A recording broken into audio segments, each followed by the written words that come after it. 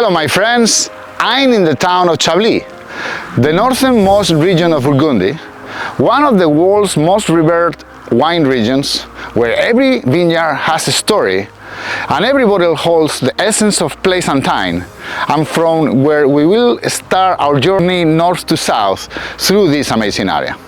Stretching from the limestone-rich slopes of Chablis in the north to the rolling hills of the Mâconnais and the Gamay-dominated Cru of Beaujolais in the south, Burgundy is a region defined by nuance and precision.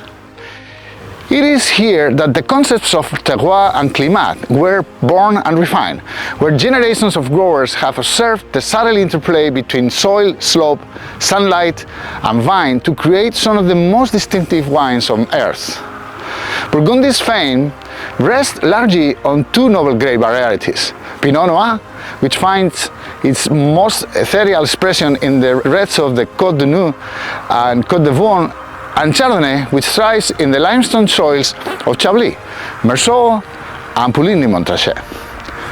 These single varietal wines, saved by centuries of monastic care and passed through the hands of meticulous growers, are benchmarks for winemakers around the globe. Yet, Burgundy is not only prestige. It is a region of contrasts, where globally coveted Grand Crus sit next to humble Bourgogne plots, where ancient domains and young vignerons experiment side by side, and where each harvest tells a new chapter in a timeless story. Join us as we travel through this narrow, complex street of land, meeting the people who bring Burgundy's terroirs to life, one vineyard, one bottle, and one season at a time.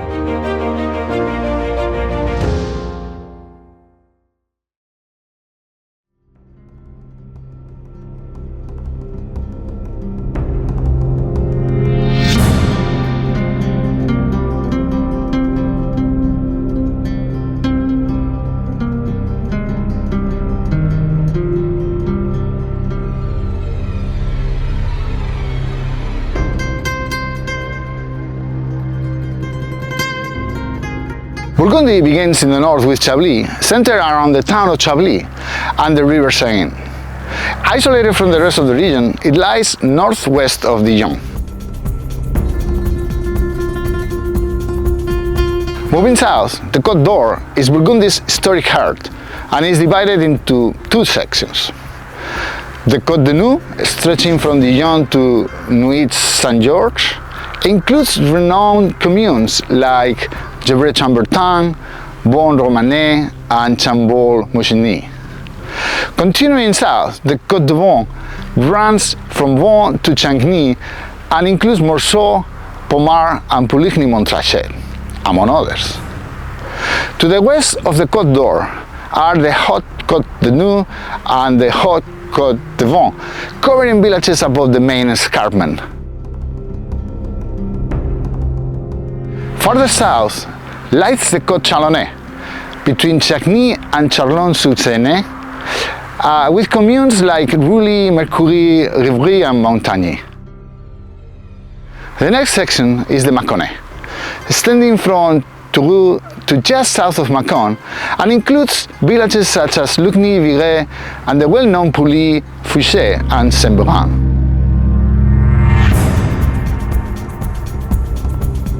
Finally, at the southern edge of Burgundy is Beaujolais. Stretching from Mâcon to near Lyon, it includes crus such as Morgon, Fleury and Mola-Avant.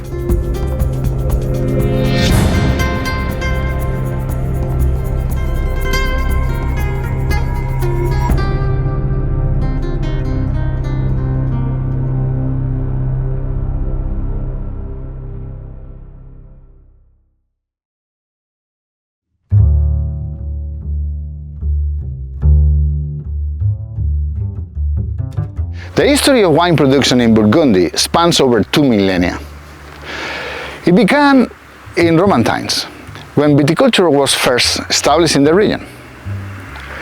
The next major development came during medieval period, especially from the 9th century onward, when monastic orders, particularly the Benedictines and Cistercians, played a central role in cultivating vineyards.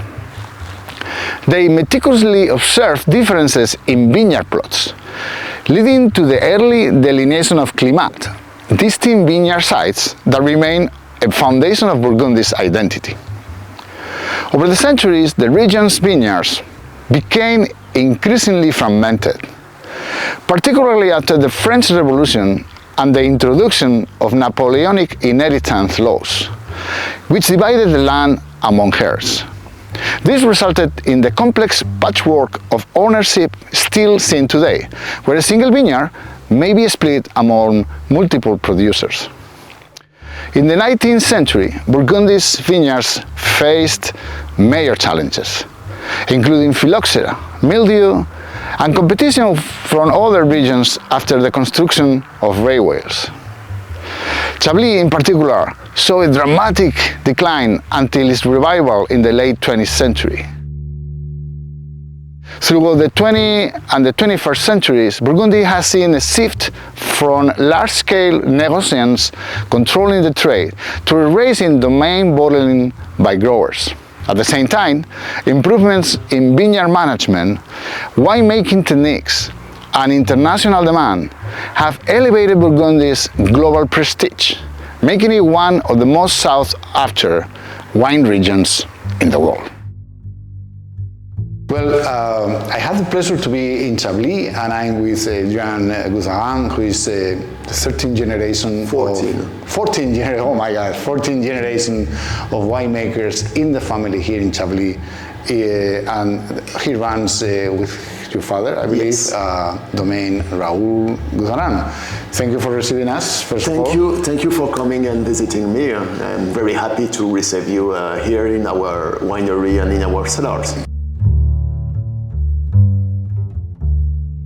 Well, I'd like you to tell me a little bit about the history of your family when it comes to winemaking, because it goes back to, like 14 generations, yeah. So it's basically the history of Chablis.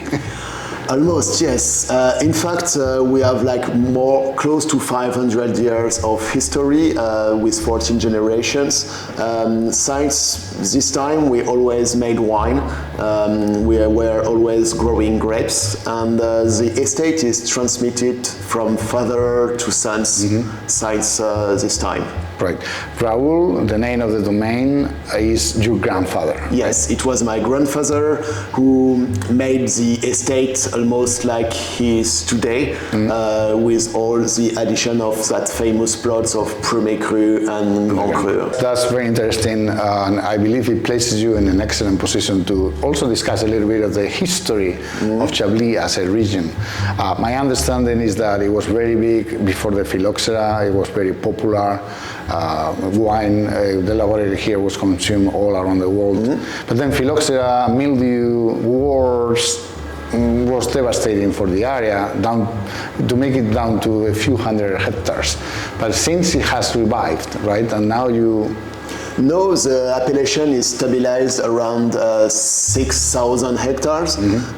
It's not supposed to move at all. I think that's good to keep the quality, but it can be also a problem with a strong demand. But we want really to keep that size of estate because I think I can talk for everybody, all the winemaker in Chablis want to keep that size and to keep the quality. Indeed, you are the Vice President of the Regulatory Council of the appellation. Yes. And you can perhaps, you're in perfect position to tell me about how the structure of Chablis works. You have Chablis, you also have Petit Chablis.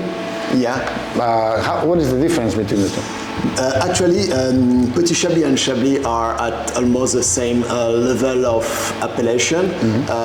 Just Petit Chablis is on a different soil, deep soil than a Chablis.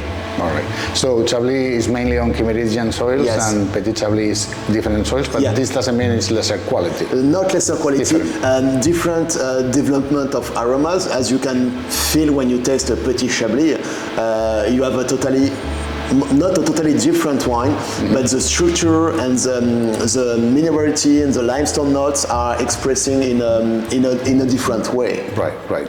And then within Chablis you have Premier Crus. I believe you have 11 or something like that. There is like 13 or 14 main Premier Cru. Okay. And one Grand Cru. And one Grand Cru divided in 7 subclimates. Right. Climate, that is something very Burgundian, right? That is the little plot. You call it climate, and a vineyard in general, a Grand Cru can have several climates, in this case 7. Yes. And you own a couple 3 of them. 3 of them. Well, that's a good ownership. I'm in the Côte d'Or, finally, my favorite place in the world. I've never been here before, and I had the pleasure to be with Damien Gachot, that is the Gachot, maybe not well pronounced, but it's the owner of Domaine Gachot Monet. And we're here, we're going to discuss about a lot of things. I'm very excited. And well, thank you very much for receiving us, first of all. How are you? Yes, no problem. I'm really happy to have visitors. I'd like to know about the history of your domain. It goes back more than a century. And there's an interesting story because at some point in the past, having women in charge of this kind of business was not common. And I believe your family has a long history of women taking care of your domain, right? Yeah, in fact, there is some women who have been involved in the domain and doing what we have now. This is the house of my grandmother. It has been built in 1870, but the next house next door, it's a small cousin, and in fact it's a question of woman. Sophie Lebreau was a really old grandmother, built this, and I'm still here because of my grandmother, called Marguerite Monod. Right. And my grandfather died in 1950, and so she ran the domain herself from 50 to 78. So that's perfect because your family goes back several generations. You're in a good position to tell me about the history of wine elaboration in the Côte d'Or. In fact, the history of the elaboration of wine starts with the vine and the Pinot Noir history. And one of our old king, I think it's Henri IV, said in this area he banished Gamay. And he said just Pinot Noir will be the normal to do. Okay. And in the 700th centuries, because of the monks of Citeaux, the Citeaux monks, you know, they hired the Clos de Vougeot. The Cistercians, yes. And then they find the Pinot Noir making really good wine in this place. So the Pinot Noir will have small grapes, not big, really disturbed, and they figure out that it was a really good wine. And I think nobody's changed so far from this time, because in Burgundy we believe that the wine is done inside the vineyard. Right. since a long time. Oops. My goodness, that was good. Anyways, that goes into the commentary. Let me ask you another question, because when it comes to the regulations, right? So we've been in Bordeaux, and there not the regulations, sorry, when it comes to the market. In Bordeaux, they have this structuring where the negociants are the brokers and the negotiators. Basically, everything passes by them. Burgundy kind of had the same in the past. A little bit of that still remains, but mainly it's growers commercializing their wines directly right now, right? How is this? Here, we have also a big negociant. We work really great, with really good names, but they're also growers. Compared to Bordeaux, our négoce is growers. They have a lot of vineyard also, and some wine vignerons like us. When we have many of us got a small business of négoce too. Mm-hmm. So how it works?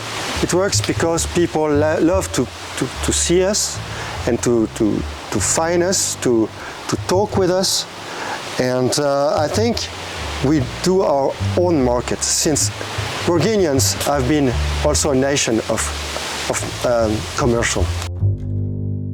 Well, I'm in the Côte d'Or in Meursault, and I'm with Eric Germain, who is a well-known winemaker here in Meursault in domain Vincent Girardin. Thanks for receiving us, Eric. It's my pleasure to be here. I'm very happy to host you at the estate, and you are really welcome, and I think we will share a good moment together. I like to talk a little bit about the history of your domain. I know it comes from Vincent Girardin, who now is retired, who comes from several generations of viticulturists in the area, decided to open this winery. You worked with him for many years. Exactly. So the estate was created in 1982 by Vincent Girardin himself. That is the reason of the name of the estate. Mm. He created the estate from some plot from his own family, mainly situated in Centenay. Our philosophy is both. We are a big part of our production come from our own estate, 33 hectares in totally managing, 24 in owning and the rest in renting.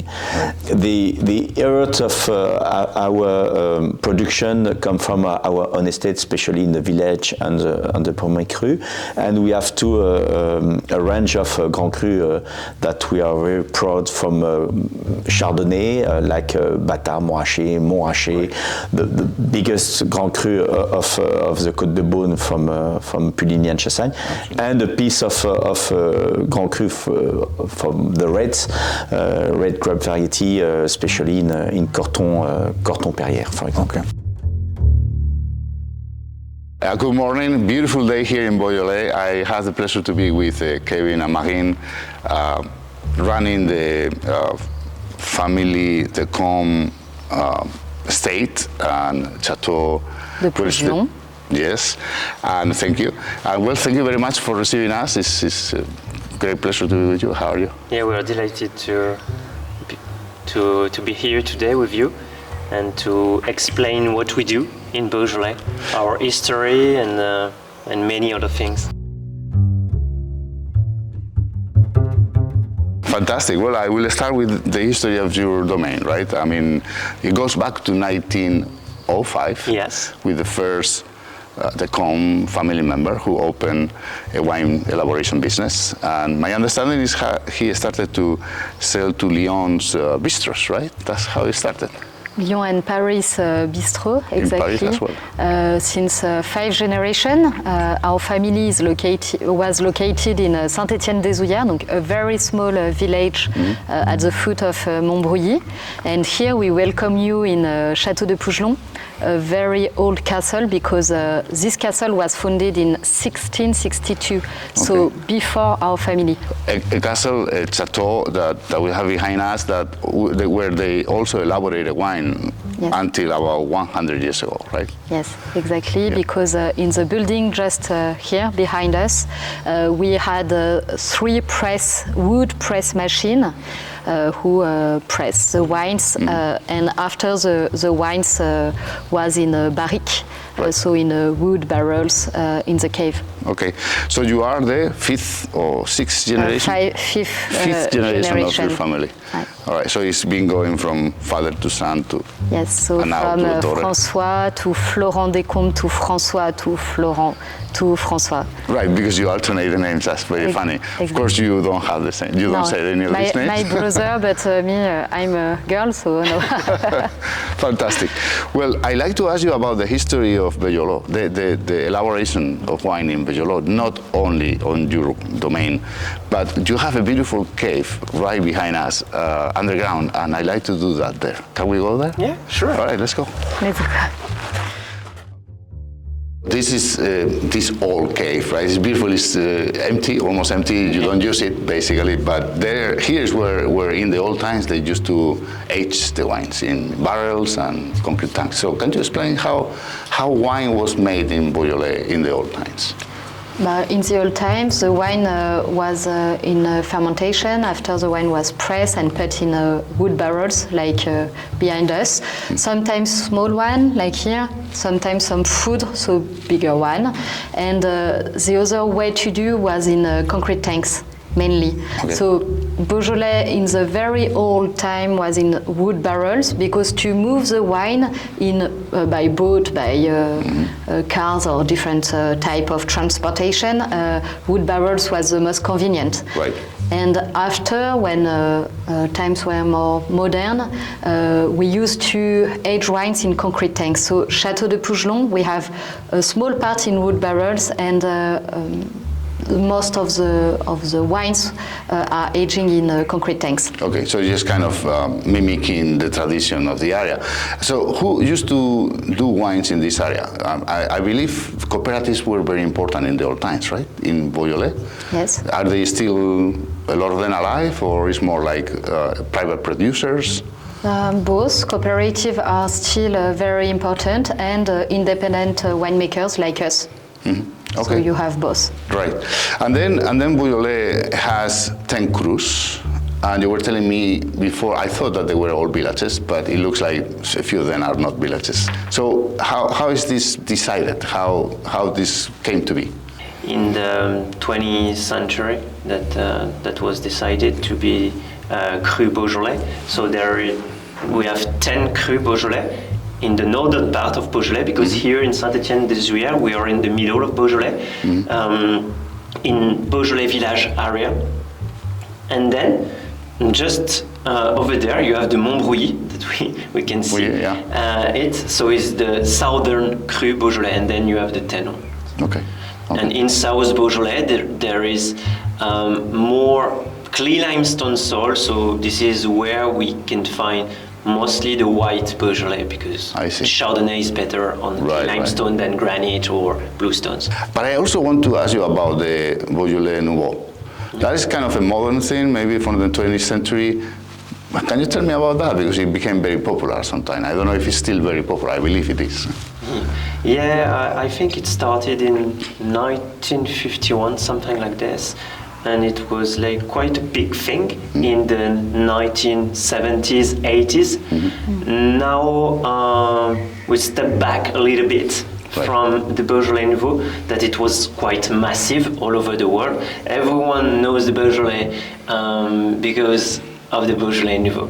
The Beaujolais Nouveau, that is the early release of wines. The third Thursday of November. Right. So everybody just wait. Here, the first Thursday of November, you can taste the last vintage. Okay. So, for example, the 2025 will be released the third Thursday of November this year.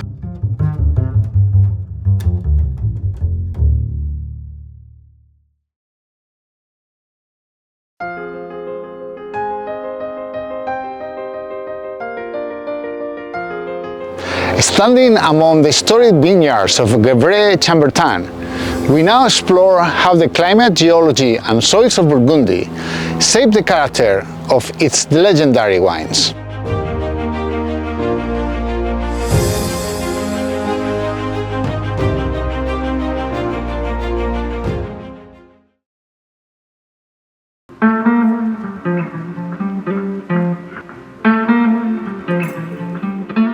Burgundy's climate is broadly continental, with cold winters and warm summers, but it varies subtly across the regions.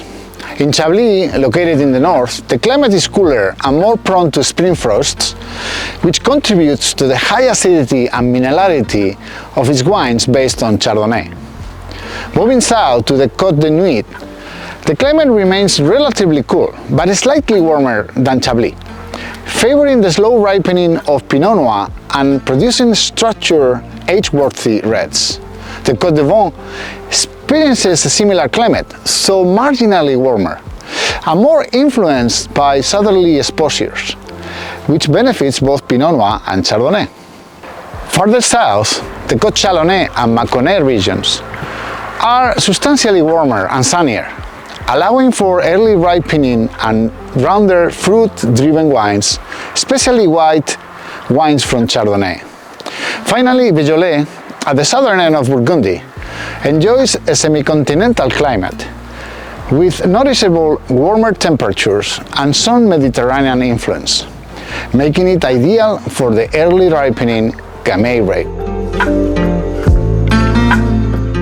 Adrian, now we are in one of your vineyards, and you chose this place because you can see the Grand Cru on the other side of the, exactly. Of the village, right? We are in one of the best places actually to have a great view of all the Chablis climate, because we are at the top of Premier Cru Vaillon, which is one of the oldest Premier Cru planted in Chablis, maybe before the Grand Cru, and just right in front of you, you can see all the 7 climates of the Grand Cru of Chablis. Okay, and that is because that slope is in the north of the village? It's the north of the village, on the right side of the Serein River, and all the Grand Cru are facing southwest. Okay, great, and that helps with sun exposure. It's basically exactly, they have a perfect sun exposure from morning to evening, with a bit less heating in the afternoon,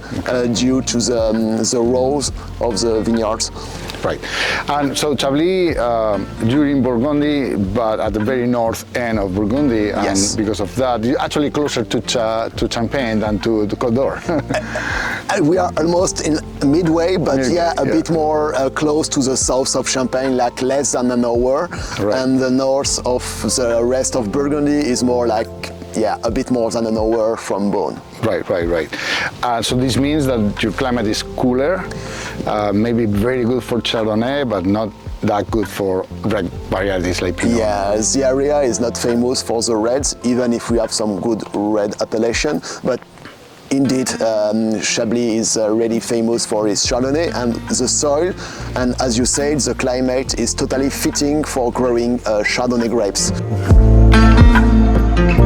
Here it's a continental climate here in Burgundy, and our climate is normally foggy in October. It will start when the fog is coming.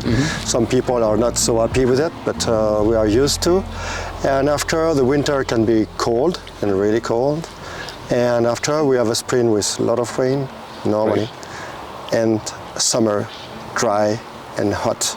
Okay. But now I think things are changing a little bit, because we have not so freezing winter. The frost coming a little bit later. What is a problem with the vineyard, because you don't like it. Okay. And during the summer, sometimes it's really hot. This is like an escarpment, a long escarpment, the Côte d'Or in general, from north to south. And so you have these slopes kind of mainly east, but sometimes southeast. And then, of course, you can be at the bottom of the valley or at the very top of the escarpment. So is this is very important, the position of your vineyard? The position is really important. We used to say the middle slope because the Côte d'Or vineyard is a sort of continuing slope. Yes. Because we are not on the reef. We are not on the beach. On the beach is near the house over there. You can see. Yes. If you are millions years before, it was a sea down there. Okay. So different sediment came all over the Côte d'Or because of the position, because of the soil, because of the environment. We have different names and different level. Right. Here we have a village level with in the middle. Upstairs you have Premier Cru level and Grand Cru level. Right. What we don't have. Downstairs, Well, you have some Premier. I have some level, Premier yeah. Cru. And Grand Cru, for example, is just after the wood here, it's Corton Charlemagne. On the slope, it's all the appellation Côte de Nu Village. It's really tiny. And down the road, you have the appellation régionale. Bourgogne, Bourgogne Côte d'Or, Bourgogne Champ de Muse. Basically, the position with respect to the escarpment and the valley, right? Yes. And that's, I assume, not only because of the soil depth and composition, but also the climate and the position. Also, yes, it's fresher down there.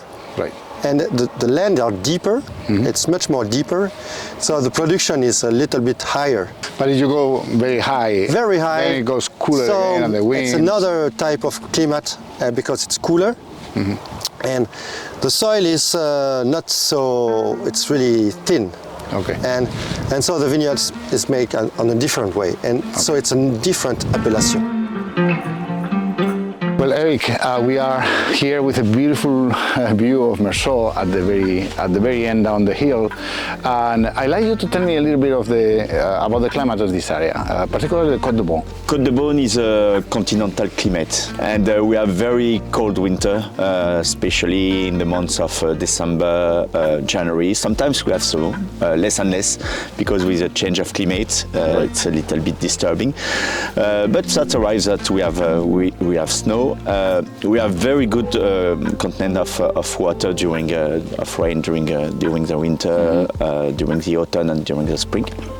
But we can have a very warm summer with a high level of temperature like 42 degrees, and especially with a new change of climate. Yeah, the spring is also very crucial because the cold weather can actually get into spring, and you have these very well-known frosts that can damage the vines, right?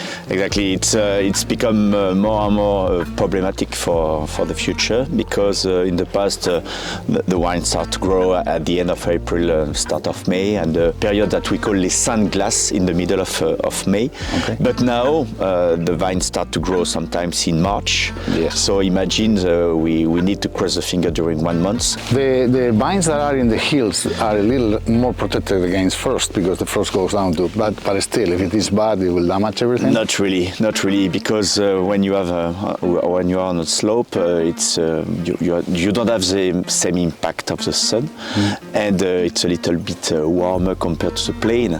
So the start of the growing is earlier compared to the other one. Okay. So often now when we have damage, it is in some areas that we didn't have in the past.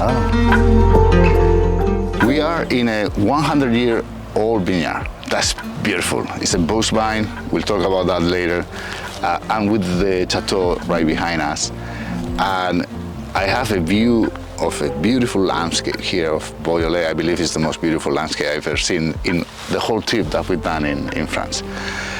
And it's a perfect place to talk about the climate of Beaujolais in particular. You are at the southern end of Burgundy, and I believe this is perhaps continental, but maybe with a little bit of influence from the Mediterranean. Can you tell me about that? Yeah, you know, the past 30 years there is the global warming and the climate change. I would say that 15, 20 years ago it was mostly continental. This is also what we talk about with our parents and grandparents. And now we have more influence from south. Even the wind that we call in south the Mistral, now we have this Mistral in Beaujolais. That you didn't used to have. It was not here in the past, so that's a good sign, right? Yeah. That things are changing. And also some birds from northern Rhone Okay. that came to Beaujolais now. They eat the grapes? No. No, All right. no, maybe not yet. Not yet, okay.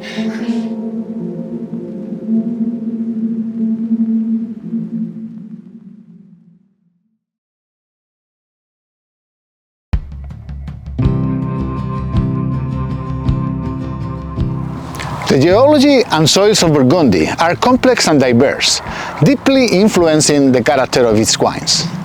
In Chablis, the vineyards sit on the famous ancient Kimmeridgian limestone, rich in marine fossils, giving the wines their signature minerality and precision.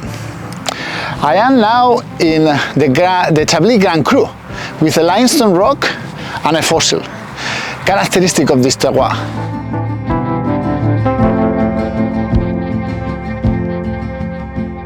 In the Côte de Nuit, a patchwork of limestone, marl and clay soils create ideal conditions for Pinot Noir, with subtle variations that define each cru.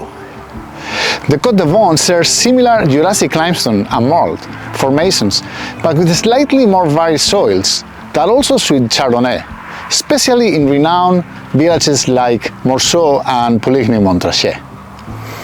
Moving to the Côte Chalonnais, the soils are a mix of limestone, marl and sand, producing expressive wines with a bit more rusticity. The Mâconnais features limestone-rich soils with clay and alluvial deposits, contributing to fuller, fruitier Chardonnays. And in Bengelot, granite dominates in the north, especially in the crus, providing ideal conditions for Gamay, while the south has more clay and sandstone, resulting in lighter wines. Well, now we are inside one of your plots, and I like you to explain the soil of this area, right? So these rocks that are all around the place. Yeah, what kind of soil? That's the Kimmeridgian soil. As you may know, Chablis is a clay limestone soil on Kimmeridgian deep soil. So it means before it was an ocean here, and all the dead things made all that rocks. Which is limestone, basically. It's only limestone, and that's what gives the minerality of Chablis, because all the roots are only deep in that kind of soil. So when they eat, when they drink, when they get all the nutrients, they have always a part of this. This is also clear, I assume that it also helps retaining heat and actually even reflecting some of the sunlight and helping exactly. That's very helpful, especially for the summer, because they're reflecting the sun, keeping the warm, and in the area where you have more rock like this, that give more maturity more early and some much better grapes too. Damien, we came from Chablis, and there they have this very well-known Kimmeridgian soil that comes from 100 million years ago with fossils because it was a sea. You have a different soil here with some rocks, also limestone, right? Yes. So can you just explain the basics, maybe with more clay or? Here we have clay and limestones. Okay. Okay. The limestones are coming from the Jurassic, in fact, area, billions years before. Like I explained, I was speaking about the vineyard and the climate. It's a sediment from the sea, and here it's much more from Jurassic. Mainly in all the coast is limestone and clay. Plus more or less clay, more or less limestone. Okay. And here it's a stone really famous in the world, in fact, because we have got the base of the Statue of Liberty made by these stones on the from this behind us. village next. Yeah, that's the mine. People sometimes think it's marble. It's not marble. It's limestone. Really hard. Really famous. And then clay, and that is what makes Pinot Noir to thrive here, right? The clay and the limestone. The limestone retains some heat. The clay gives complexity and structure, right? Structure, and also the clay. The clay for this soil with not poor, but good for the vineyard, but poor soil, not really deep. The clay just when the heat is arriving, the clay can re-give some water a little bit.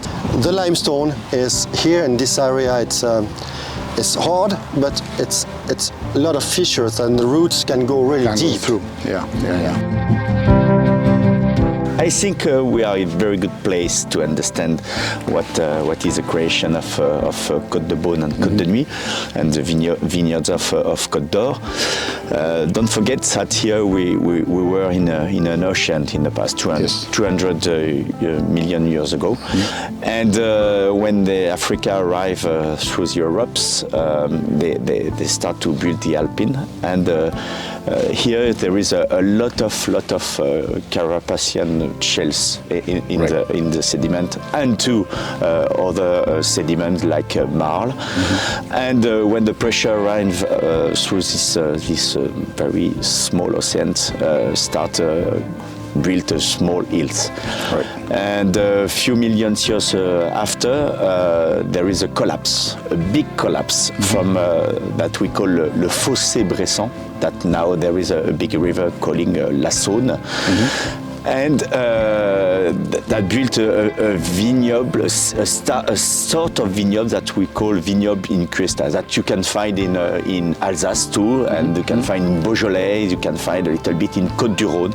It's a typical vineyard that we have here. Right. And in the same times, we have three main faults from Dijon to Santenay, who give a sort of differences in the soils. But the main characteristic of the soils is limestone and clay, and you have different type of limestone, different type of clay. Right. It depends of the age. And the building of the coat is like a little bit of stair with a different type of step and different tilt of the step. Right. The other things that we can see in our background, it's the building of a small valley that we call combe. In Burgundy, come from river, ice, wind, and take a lot of material from the side of the hills and put in the plains that we call les cônes de déjection, where you have different type of soils. So in the valley, there is more sediments, there is more nutrients. Exactly. In the hills, the grapes get a little more concentrated because they're a little poor soils. Exactly. Right? And the other thing of the combs that you can see, you don't have the same facing. So the main facing of the coast is southeast, but you can have some south exposure, you can have some north exposure. It's completely different and give different type of wine. This is also a nice place to talk about soils, right? Granite is the soil in this area. Yes. You have it here on the ground. The subsoil is all granite. You have a piece in your hand. Tell me about it. We just take the stone here. Yeah. So mainly in the Beaujolais region, you have granite, even if you have different type of granite. So which is a very poor soil, who gave a very concentrate small grapes. So very interesting for the winemaking. And you can see this granite on the castle because the castle is in stone and on very old house. But in Beaujolais we have more than 300 different soils from south to north, with some main major soils like limestone and clay, bluestone on the Côte de Brouilly, so the Brouilly Mont, le Mont Brouilly. We also have a pink granite in Fleury, for example, and grey and very different soils. So it's very interesting to travel within the Beaujolais and to discover the different soils. Because you don't really need to look into the ground. You can see the color of the granite from how the old houses were built, and you see the difference. In the south Beaujolais, for example, you have a golden stone, so it's limestone and clay, but more ferrous, and the color is different because less water. And close to the Mont Brouilly, you also have limestone, but white limestone, like in Burgundy. Most likely, that's my guess, you confirm it or not, the differences in the styles of the wines, because the climate is more or less similar, right, across Beaujolais, kind of. Yeah. The differences between different crus, for example, like Fleury and Brouilly are more delicate, floral.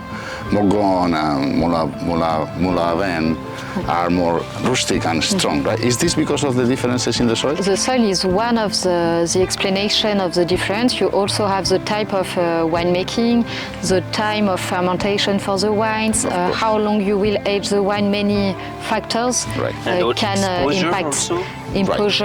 right. Ouais. Aside of the granite, what else you have here? Is clay mainly or sand? Sandy, Sandy. yeah, it's sandy soil Sandy, with the granite, yes. Okay. I think we have like less than 3% clay here.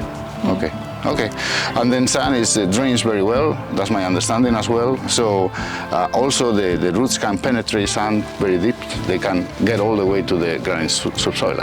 It's very hard to keep water, for example, and the organic level here, the organic matter, is very, very low.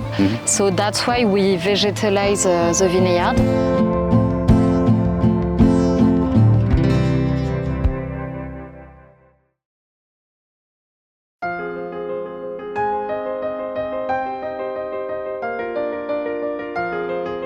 Right behind me, you can see La Romanée Conti, without any doubt, the most famous and recognized vineyard in the whole world.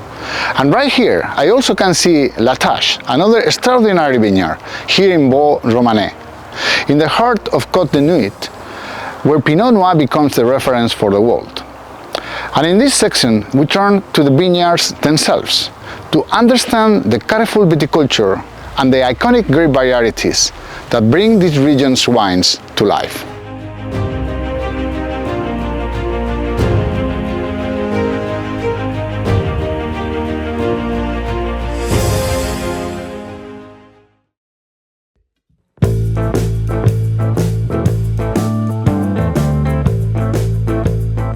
Viticultural practices in Burgundy are rooted in tradition but adapted to the diverse conditions of each of the subregions.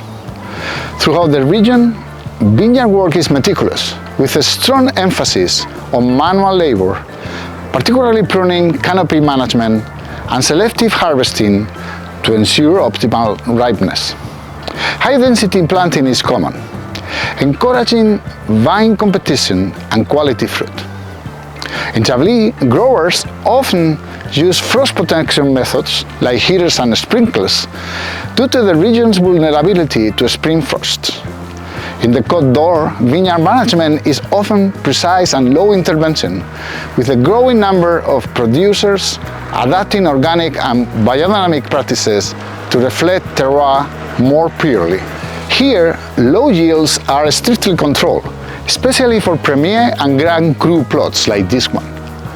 In the Côte Chalonnais and Mâconnais, viticulture is often more extensive, with slightly less manual work due to larger vineyard sizes and more accessible slopes, so many quality producers still follow rigorous practices. In Beaujolais, especially in the northern Crus, vines are traditionally bush-trained, or gobelet as it is called here.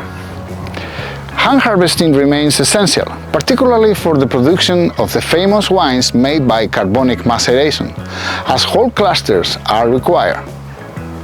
However, in the southern areas, more mechanization is common. Across Burgundy, the close link between viticulture and terroir remains the foundation of wine quality.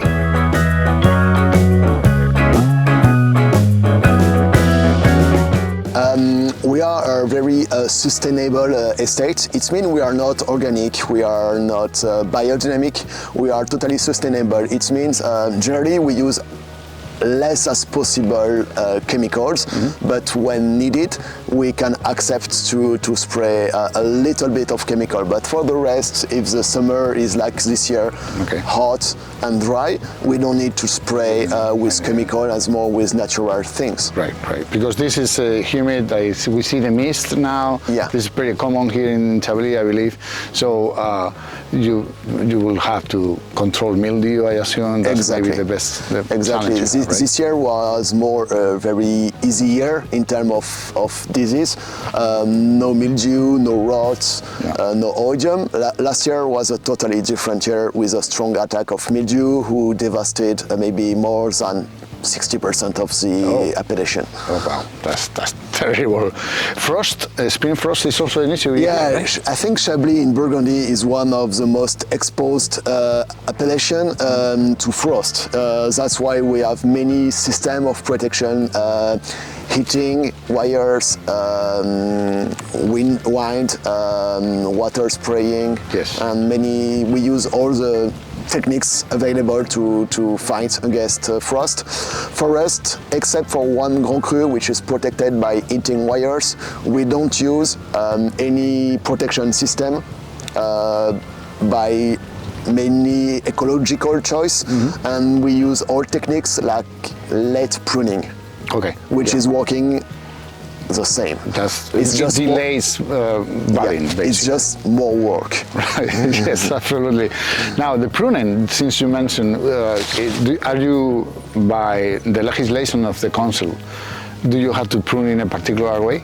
Yes, guyot, simple or double, depending the vineyards. Okay, and I see high density planting here. I mean, the rows are very closely together. Closely, more or less, it's the regular planting is 5.5 thousand per hectare, and now when we replant new vineyards, it's more dense. It's 8.5 thousand per hectares. Okay, so that increases competition between vines and... Yes, but it's simple guyot instead of double, and we ask less per plant to produce less per plant, but more in quality, and it's better, definitely. Okay, understood.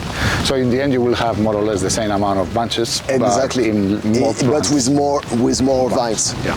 Okay. Cellar is something, but it's so small in the production of wine. Right.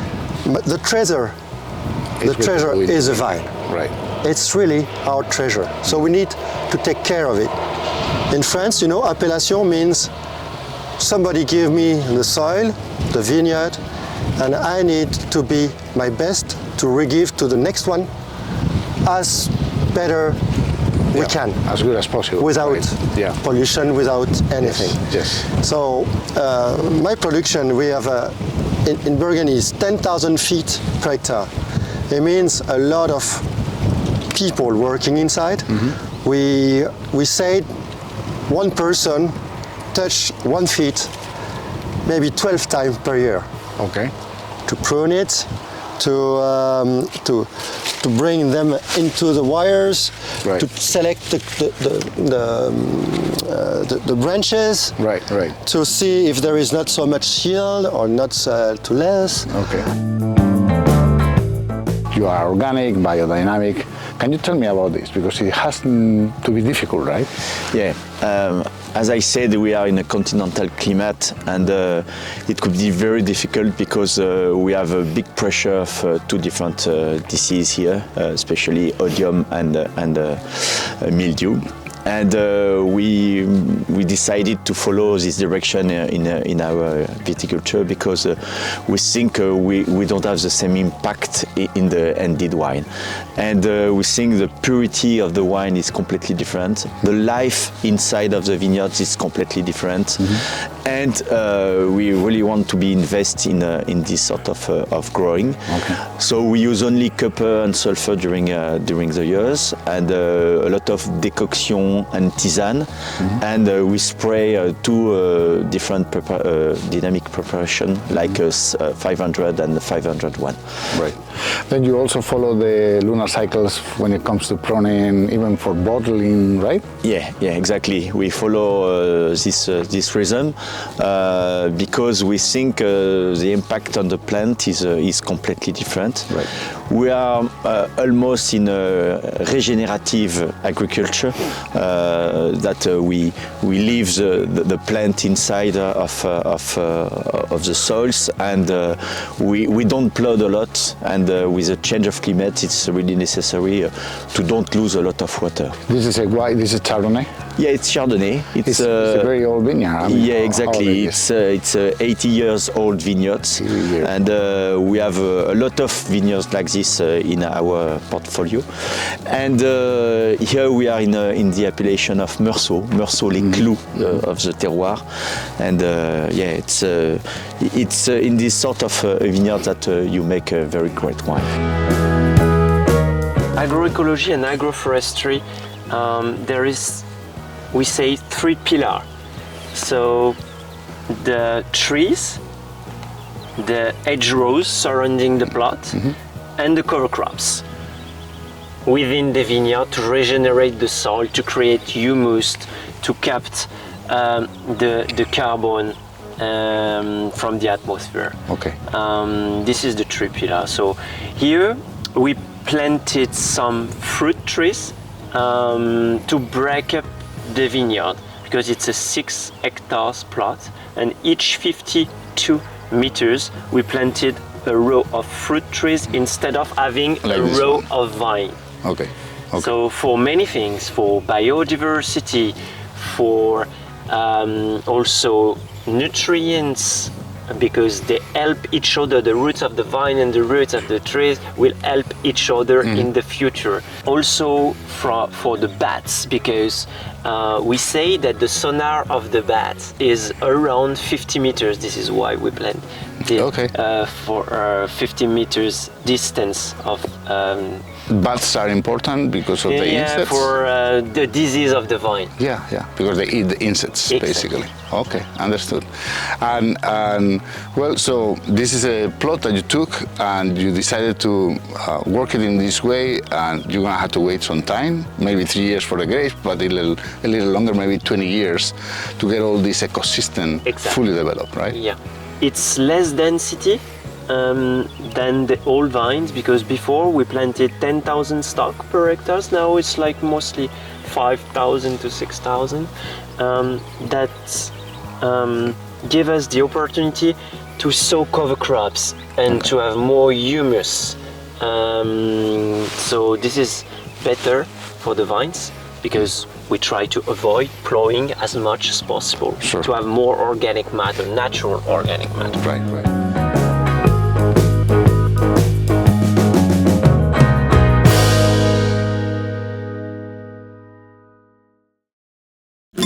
I don't think so. No. I don't think so. Burgundy is primarily defined by two noble grape varieties, Pinot Noir and Chardonnay. Pinot Noir, the region's flagship red grape, is grown mostly in the Côte de Nou and Côte de Vaux, producing wines known for their finesse, aromatic complexity, and ability to express even subtle differences in terroir. Chardonnay, Burgundy's principal white grape, thrives throughout the region, particularly in the Côte de Vaux, the Mâconnais, and Chablis, where it delivers styles ranging from crisp and mineral to rich and texture. In Chablis, Chardonnay is the only permitted grape and produces some of the world's most distinctive and age-worthy white wines. In Beaujolais, the dominant grape is Gamay, a red variety that yields vibrant, fruit-forward wines, particularly expressive in the region's 10 crus. Though much less common, Aligoté, a white grape, still has a presence in Burgundy, especially around Bousseron, where it produces lively, high-acid wines. Other minor varieties like Sauvignon Blanc, Pinot Blanc, or César are historically planted, but now largely limited or rare. I don't think so.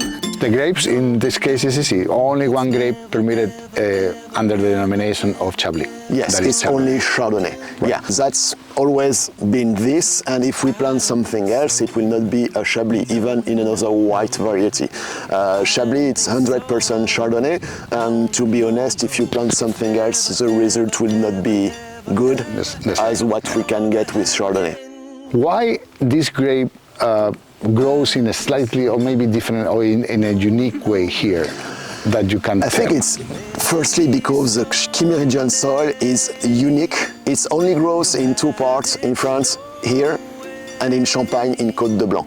So, and the climate is totally fitting to the growth of Chardonnay, because we have a cold winter, we have a hot summer, and spring and falls are wet enough to give to the vineyard enough water for the rest of the year.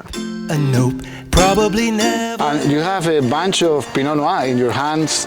You work with Chardonnay as well, but you're gonna tell me about Pinot Noir. It's your main focus, and you have a bunch that is not to make wine because you have already... Yeah, we have already picked up, so that's a secondary grapes. You know, it's different stage, and this coming from this stage. This will be ripe in December. Okay. But we will not use it. We can, but we will not use it to produce wine. Just to show how the Pinot Noir is, it's a really, normally the grapes is 80 grams, 100 grams. No, it's not a big grapes, and it's really tight. You can see the fruit is really tight all together. Right. And it means that when we do our job in the vineyard, we need to be aware that it's not on the same package. The grapes need to be really nice on the feet, like the wind can go inside. Because they're so tight together, if they're ripe, maybe we can have problem with botrytis. The main thing for the Pinot Noir is, and the main thing to do a good wine, is also to take it at the good moment. The first thing is I'm inside the vineyard. My team is inside the winery. They're yelling at me always, because if there is some green, so I said, look about the pickers. So it's me, I have to control the pickers, and to bring the best stuff in the winery. No, I don't think so. Chardonnay is perhaps the grape. You also have Pinot Noir in the Côte de Beaune, but mainly Chardonnay, right? Exactly. The Côte de Nuit is more for Pinot Noir. What makes it different from the Chardonnay that you find in Chablis, very up north? After, I think it's mainly a fact of the soils. It's not mainly a fact of the grape variety, but in the same way of our agriculture, we decided to make our own selection from our old vineyards. So we start our collection 2 years ago. The goal is to replant our new vineyards with this old selection and to have less problem with maybe future disease, maybe future new disease in the area. So we selected a specific tree that make a very beautiful grapes, small crops, good flavor, good tasting. So after the differences between our Chardonnay and the Chardonnay from Chablis, I think it's mainly the fact of the soils, where on Chablis you have a youngest limestone from the Oxfordian, so where you have more flavor of Fiodine. Here we are in the Batonia zone, so it's a little bit different about that. No, no, no, no. Magain and I have a bunch of Gamay grapes, and we need to discuss the grapes now.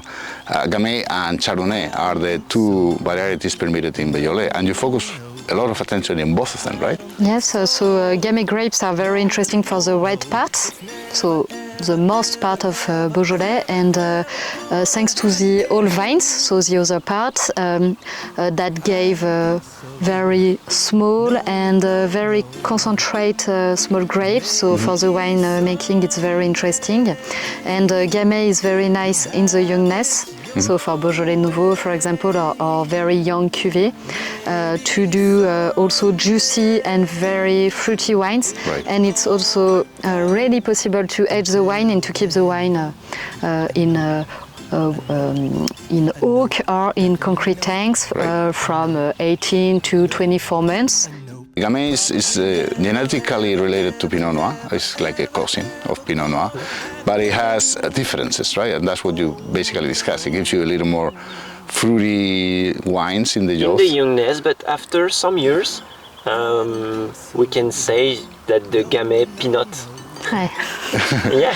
Yes. And so when it ages, also gives this unique character to the wines. I love Beaujolais, so maybe I'm biased, but it gives this kind of delicacy that you don't even find in Pinot. Well, Pinot Noir can be very delicate as well, but I believe Gamay has something unique that you don't find in other grapes. Maybe similar to me would be Mencía in Bierzo in Spain. It's a new kind of fresher style. Also can be very complex. Aromas also are very interesting, and what we used to do in Beaujolais, it's a whole cluster during winemaking. So we keep the grape like that and we put in a tank. So we harvest by hand and we put the whole grape within the tank. With the stem. So the fermentation starts within this. Right. and after exploded this, and it's very unique in Beaujolais. And thanks to this very traditional way to do, the fermentation is more aromatic, so we have more flavors, more complexity. Ever, ever, ever gonna happen? Oh no.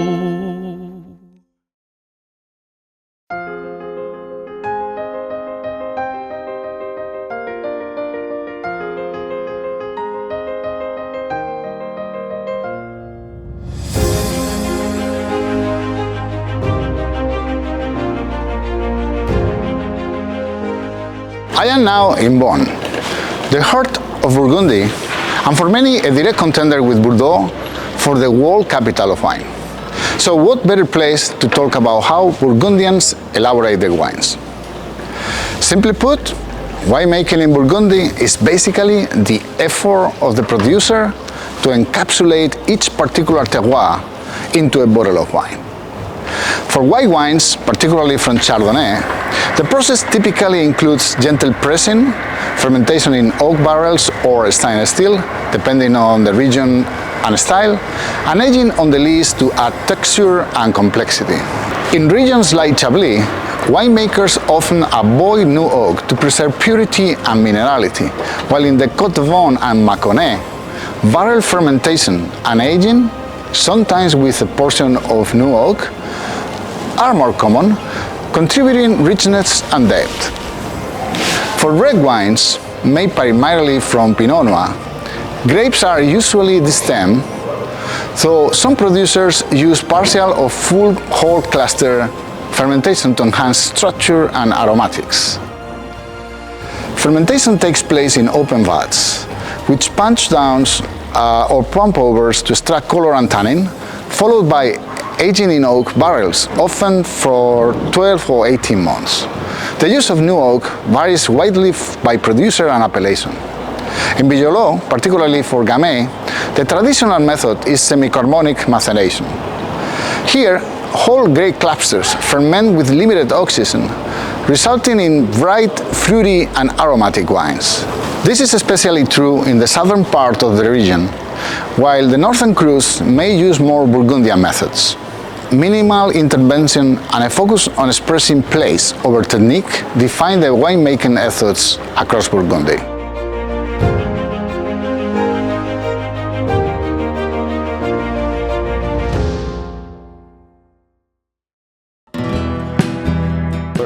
We are now in the elaboration room next to these nice stainless steel vessels of different sizes, actually, because you want to vinify separately by different plots most of the time. Exactly. Right? For me, every plot doesn't deserve the same type of winemaking, so I try to separate as much as possible every plot to give them the temperature of fermentation and the quantity of lees and all other things who are just fitting to the vineyard and to the year for the vintage, because I don't want to do the same wine every year, because every vintage is unique. So every wine is going to be different every year somehow, right? Because exactly. You want to translate the terroir, and the terroir also not only translates the soil, that is not going to change, but also the climate. The climate and the vintage. Yeah, because you can't do the same one every year, because it will be some years you have more sun, some years you have more acidity, and I don't want to go against that to have something more flat. If it's a very warm vintage, I will go in that way in my winemaking to have the best of that kind of vintage. If a vintage is more acid with more minerality, more freshness, right. I will put my winemaking process in that way. In that direction. Because like in my vineyard work, I just want to go where the grapes tell me they want to go.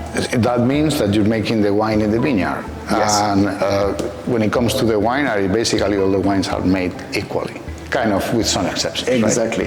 Right? And so which are those exceptions? I know that you use concrete eggs for some of For Chablis Premier Cru Montmain, for Chablis Vieille Vigne, it's regular barrique, and for Chablis Grand Cru Vau Désir, it's demi-muit, which is 600 liters barrels. Okay, can we go there and maybe discuss those? All right.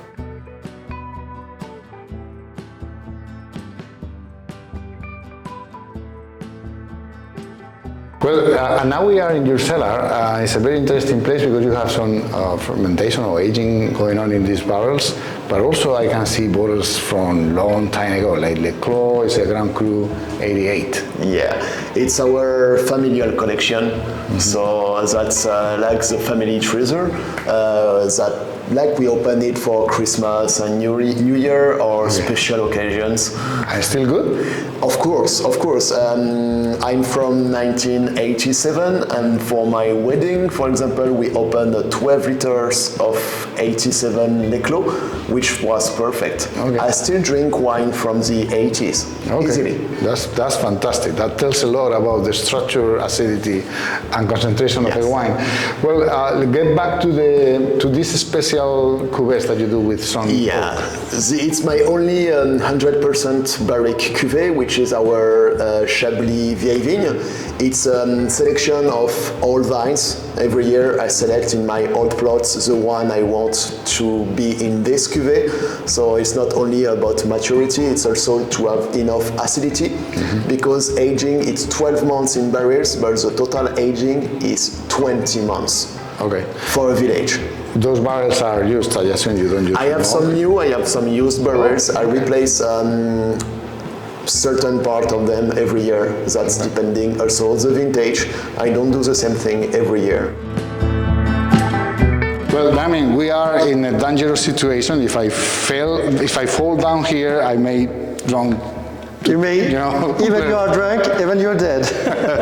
But we are on top of your deposits in where you had the grapes macerating, and now you have them here before pressing to extract color and structure. How this works? I mean, I see several tools here. In fact, yes, it's here we are really traditional. In Burgundy, it's open tank, because we need to do some push down to extract the color and the material to be really nice in mouth. Not too much, depends the year. Sometimes it's 2 times a day, sometimes it's 1 time, 2 times, we don't know. It depends how we feel the wine's going. Punch down, for whoever doesn't know what it means, is that the liquid goes to the bottom, the grape goes up, and you have to basically mix the grapes back into the liquid so that they get the extraction, right? Right. On the old times, it's what you was seeing with the people just doing this with feet, but it's really dangerous because the fermenting produces CO, monoxide. So after a while, you will see you can't breathe so much because the natural fermenting gives this gas, and so it's dangerous. So we don't want to then people injured and fall down. And then you also have this pipe down into the liquid, so because you do the pump. So it's to make pump overs. At the beginning, it's really important because the yeast, as we work with natural yeast most of the time, so they need to multiplicate it. There is 2 reasons. One for the yeast, and the second one is then when we want that our grapes are always juicy, not dry. Because if they're getting dry, we can have moist the come inside or other yeast that we don't want. Okay. And for how long you do this, and how many times per day? Those tanks here at Pinot Noir, this one is Côte de Nu Village and it's Bourgogne, whatever. It's 15 days maceration around. And until the fermentation ends, and then, then you take it and press the liquid. After, we use this pipe to take the juice, what we call the first juice, so then we put in a tank. And after, all the rest of the old stuff is going in the press with a bucket.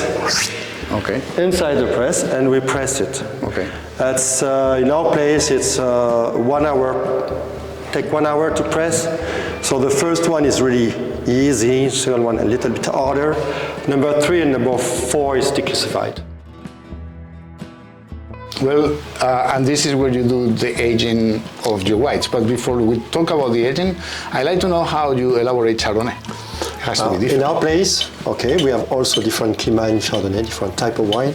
But our wine, we press them directly. When it's coming from the vineyard, to go direct in the press, from the press going in a tank, settle down, and we use no sulfur for the fermenting.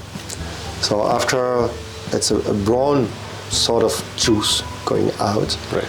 And so we start the fermenting starting in the tank, and after it's going to go directly in the barrel. And now what I will show you. Okay. It's this is Côte de Nuit Village white. Okay. And it's still fermenting. Okay. So And you this see, is- it's still fermenting. Yeah, I can tell. Oh my goodness! Look at the color. It's not white, but now it's not brown anymore. It's Right. so But it's cloudy. It's not clear. cloudy. It's not grape juice, but you see it's well balanced.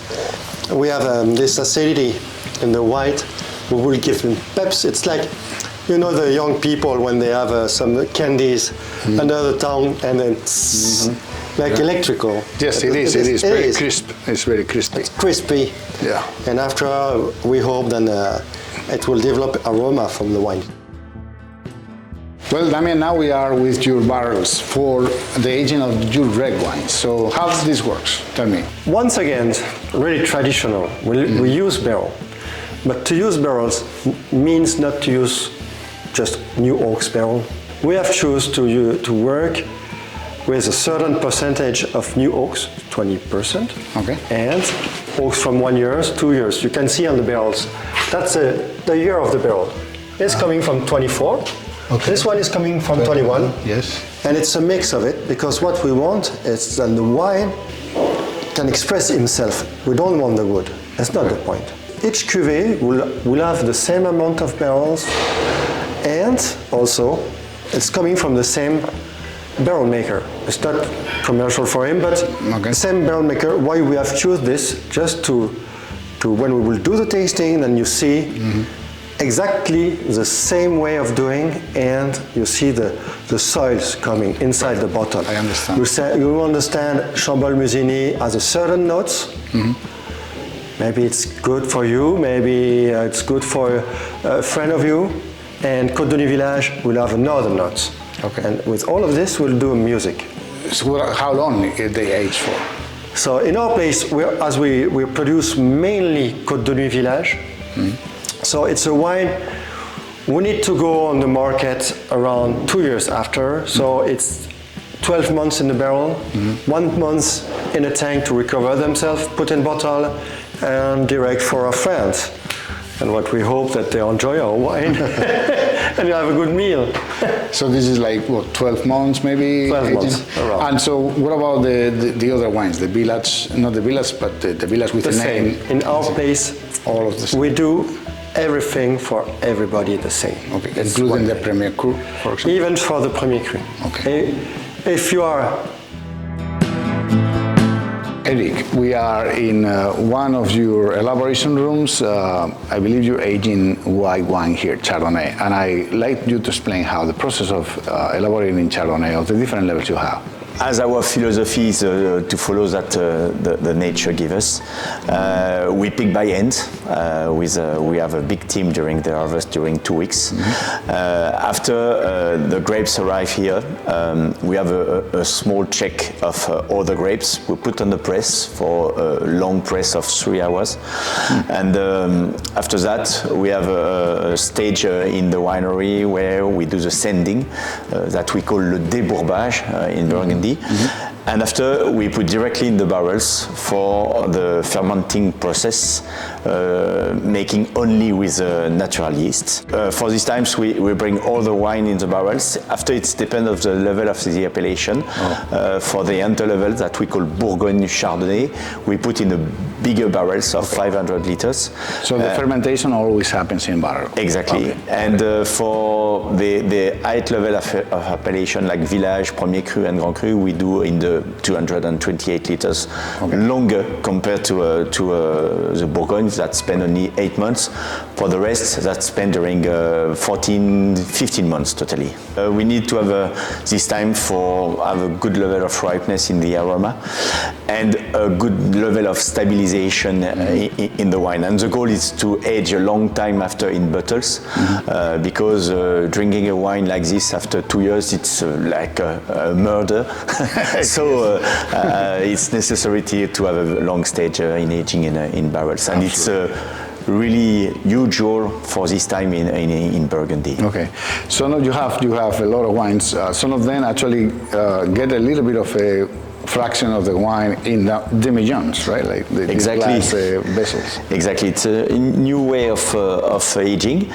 We use glass, and we do a lot of try since 2023. Why we want to use this sort of continents? Because we thought that in the reduction, in the freshness of the wine, maybe they have a good opportunity for us, especially in this time of warm vintage and change of climate very quick in Burgundy. So we thought that using that give more freshness, but in the same time, so we want to keep the tradition in our wine and to keep the barrels, and to use that in a blend could be a good opportunity. Right.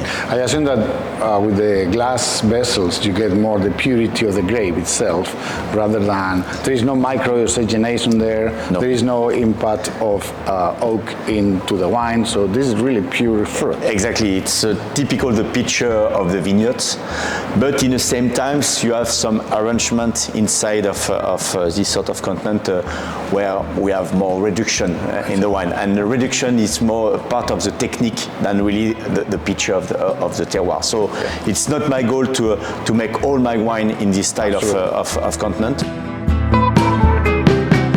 It's time to discuss the reds. And reds in Beaujolais are perhaps very different from many other places in the world. Of course, in some other places they use the same methods, but you do the semi-carbonic and carbonic maceration. Can you explain that? And then you use concrete, so a very traditional way. So first, we only do hand harvest. So people pick up the grapes and bring the grapes here, thanks to a fridge. So it's a truck with cold to keep the grapes without fermentation before the grape arrive within the tank, and after Whole bunches. Whole bunches. whole bunches only. And we use the cold to avoid any input. Any juice and any. Because we don't use SO2. So we need that's very important. Yeah. So when the grape arrived here in the cellar, we control the quality. If the quality is okay, we put directly within the tank. If it's not okay, we check and we pick the quality. Okay. Yeah, we have a table sorting. So we use a giraffe to take the grapes by gravity and to bring the grapes within the concrete tank. And after we put all the whole cluster grapes within the concrete tank. And at that moment starts the fermentation between, depends the cuvée, but 6 for the carbonic maceration, for example, so very fruity, juicy cuvée, to 15 days for Morgon, Corsolette, for example. So depends the cuvée. Okay. During that moment we wait and we taste and we analyze the wine, and when we think the wine is okay, we put the tank within the press machine. During this moment, we do 2 things. Remontage, so we take the juice here and pumping over. So we put the juice from the top. From the top, and we pige. Punching down. The wine. Exactly. Yeah, exactly. Well, so for those who are not very familiar with the semi-carbonic or carbonic maceration, this is basically little oxygen while the fermentation occurs, and actually it's an intra-berry fermentation. So the alcohol starts developing inside the berry before it breaks, right? Is that true? It's when it's whole clusters, the fermentation starts within the berry, very slowly, and the fermentation, also thanks to the concrete tank, is very slow. And this is the idea, because after the berry exploded and the fermentation starts in the volume of the tank, but very slowly. And thanks to that, it's an aromatic fermentation. So you have more flavors, complexity. You also have micro-oxygenation because it's not a standstill tank. So for the red, we think it's very interesting to have concrete. Okay. Yeah, and also another thing is the agave is quite reductive. So the concrete helps and the gamay to breathe.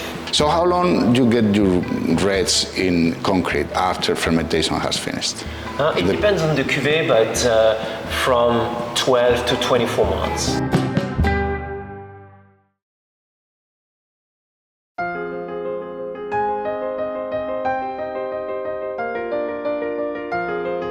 We will sit down now with several of Burgundy's most dedicated producers to taste their wines and hear their stories.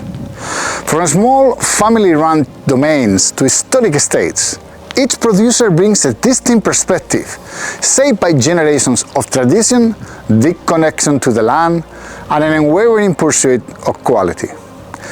As we taste wines from Chablis to the Côte d'Or to Beaujolais, these vignerons share insights into their vineyard plots, winemaking choices, and the philosophies that guide them. Through their voices and their wines, we will explore the diversity and character that make Burgundy one of the world's most captivating wine regions.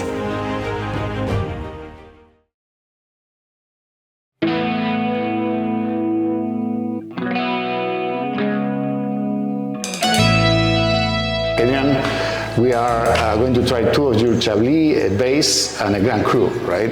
Maybe we start with the base. Yeah, we start with the Chablis, which is the main wine of the appellation, and it's made in tank and aged on the lees. It's a selection of a few plots in Chablis appellation, which are all in front of my Premier Cru or across the Grand Cru, as all my Chablis vineyards. Okay.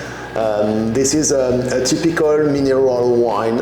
I want it to be as close as possible as a terroir of Chablis and as what the people want. Okay, well, let's try it. I'm sure that because the grapes come from different plots, you'll have a good representation of the area in this glass of wine. And yeah, I can definitively tell this is really fresh wine with a lot of tension. A lot of tension and good minerality. You have always a good limestone note with pineapple and green lemon notes, which come to fit with acidity and freshness, and of course a bit of fruity notes, typically from Chardonnay. You really feel the limestone we saw in the vineyard, just attacking your palate. Yeah, the stony character. Acidity is mainly present, but not too aggressive, because we have enough body to balance. As always, a good wine is always a question of balance between alcohol, acidity, and flavors. Well, fantastic, Chablis. This is a Grand Cru. Yes, Chablis Grand Cru Vos Désirs. So this one is made in 600 liters barrels. Okay. I wanted to have this wine in oak, but not in regular barrique. I wanted to have it to have less contact to the oak and more oxygen, to keep the wine first and just have a bit of oak integrated, but behind. And this is one of the climates of it's one of the 7 climates of Grand Cru in Chablis, and it's all vines like around 55 years old. Okay. Oh, this has a very special bouquet. You have the wine, as I say, you have the wine first, and then the oak is just a little bit behind. Also, you feel your mouth completely. It's very long, I can tell, because I cannot even speak. Exactly. The wine is talking instead of me when you have this on your glass. You have all the terroir of Chablis and the strengths of a Grand Cru. And this kind of wine, you can age it at least 20 years. 20 years, well, even more, because we have seen your old bottles from 45, 50 years ago, right? And be sure I will save a lot of these bottles. Fantastic. Well, this has been great to get to know you guys, and such a long family history represented in the glass every year is not an easy task, I understand. Thank you very much for receiving us, and good luck in the future. Merci.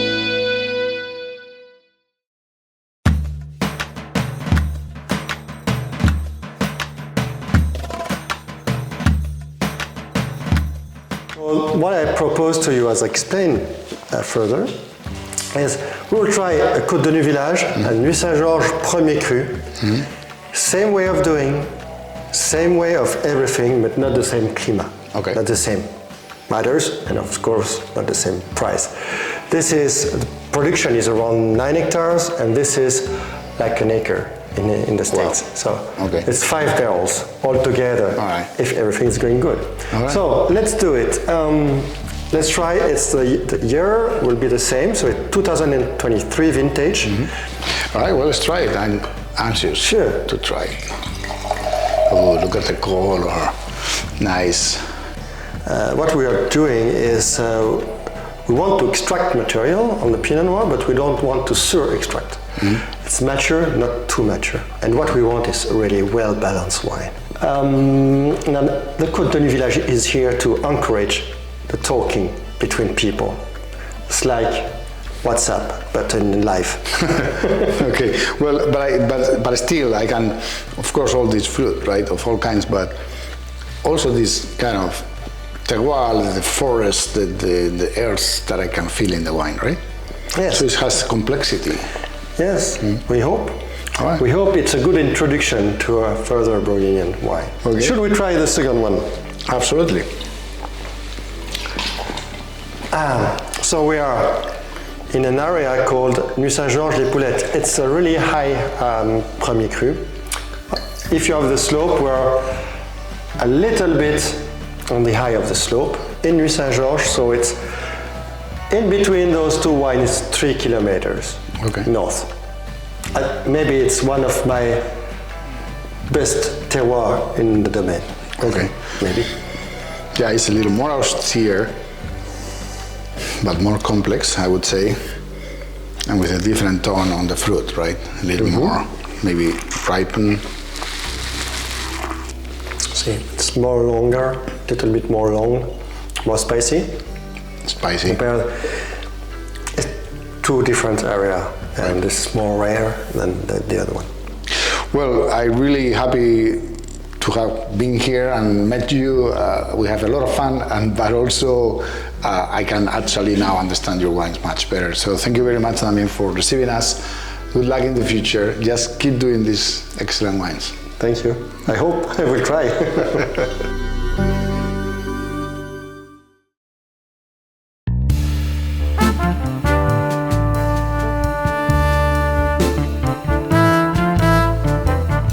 The time came to try some of your whites. We have two, a selection of a village level and a Premier Cru. Yeah, I'm very proud to show you the vintage 23, and beautiful vintage for Burgundy, very typical vintage.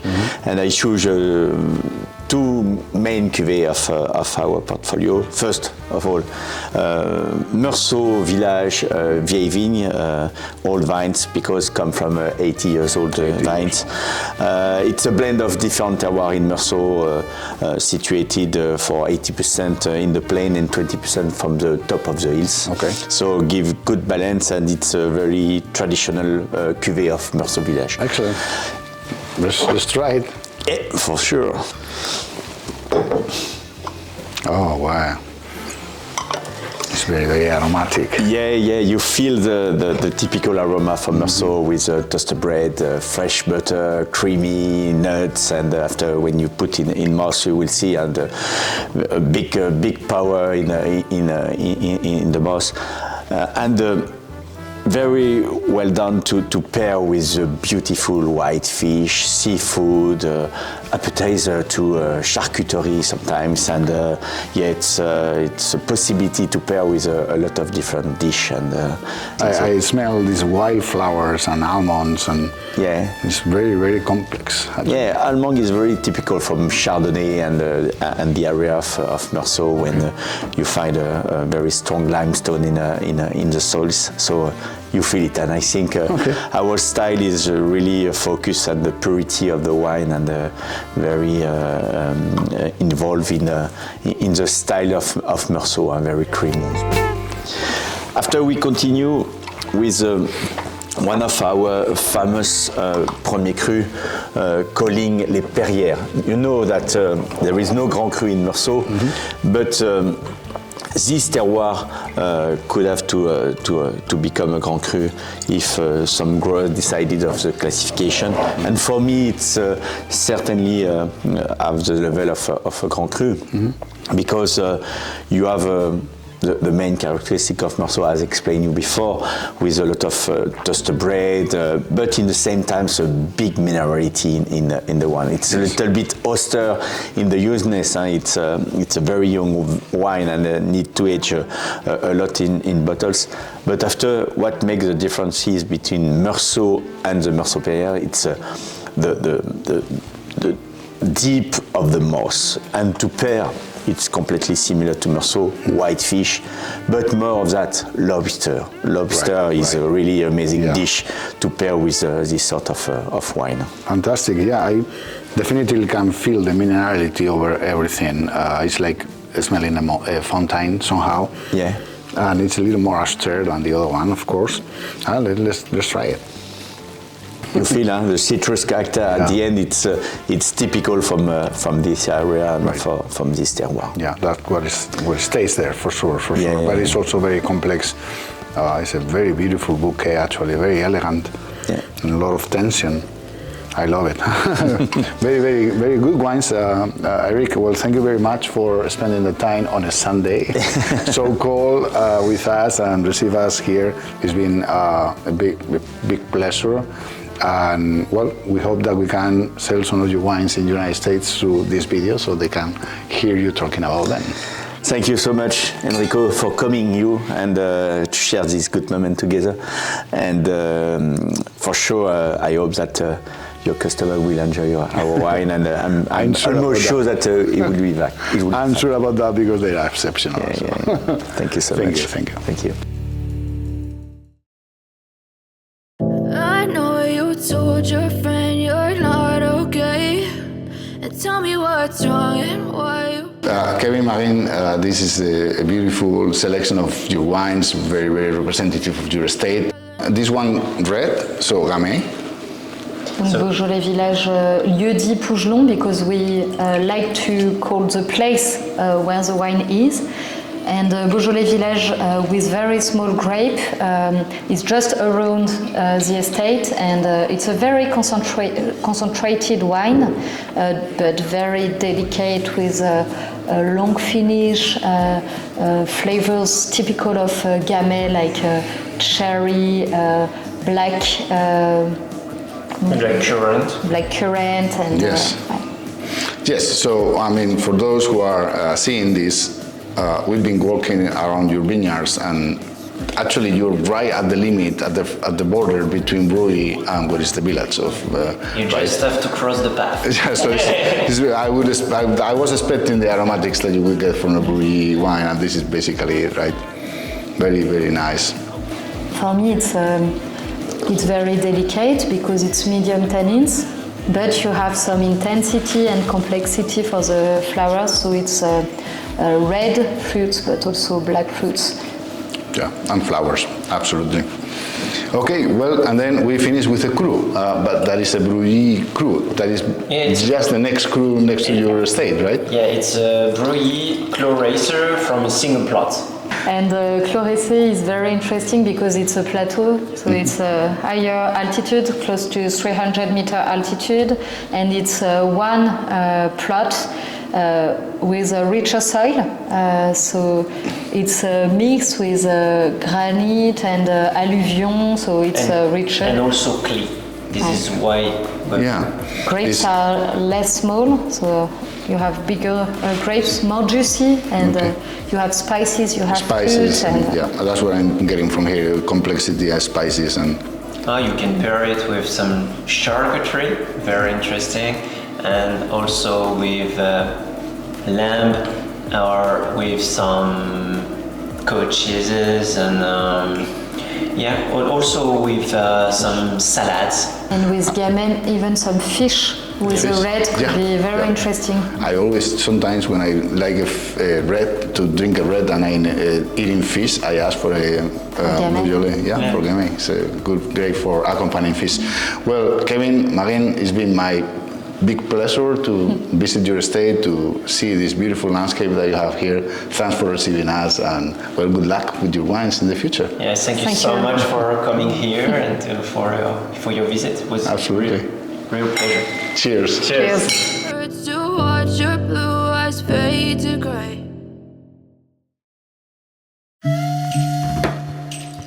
The time has come to say goodbye. But doing it from the Beaujolais, such an amazing area in the southern part of Burgundy, it does not make me feel bad at all. As our journey through Burgundy comes to an end, we've witnessed a region where tradition and precision meet in every vineyard row and every glass pour. From the limestone slopes of Chablis to the rolling hills of Beaujolais, Burgundy reveals itself not in grand gestures, but in quiet, larger expressions of place and time. For me, this has been more than just a journey. It's been a return to something deeply personal. Of all the wine regions in the world, and aside of Ribera del Duero, where I was born, Burgundy has always held a special place in my heart. Its history, its wines, its quiet intensity, they speak to me like no other. But don't tell anyone, let's just keep this between us. And don't forget that you can get some of these wines at Winedos.com if you are in the United States of America. Salud and au revoir.